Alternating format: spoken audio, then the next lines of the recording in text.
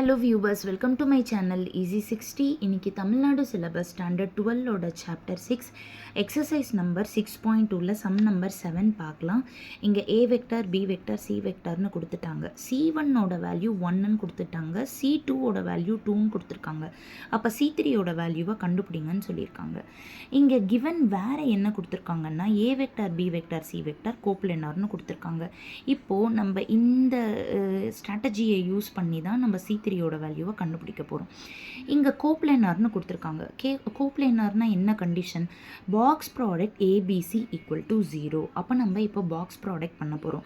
அப்போ box product ABC is equal to first ரோவில் ஏவோட கோஎஃபிஷியன்ஸ் 1 1 1 எழுதிடுறோம். செகண்ட் ரோவில் பியோட கோஎஃபிஷியன்ஸ் ஐ மட்டும்தான் இருக்குது 1, ஜே கிடையாது 0, கே கிடையாது 0.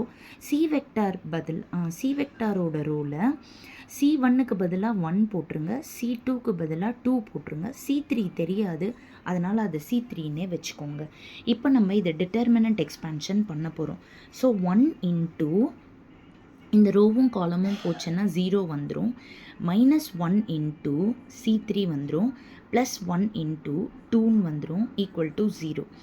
இப்போ இங்கே 1 இன்ட்டு 0 0 ஆகிடும். So -C3 + 2 equal to 0, -C3 equal to -2. அப்போ C3ஓட வேல்யூ 2. அவங்க கேட்ட மிஸ்ஸிங் வேல்யூ C3யை நம்ம கண்டுபிடிச்சாச்சு. Thank you viewers.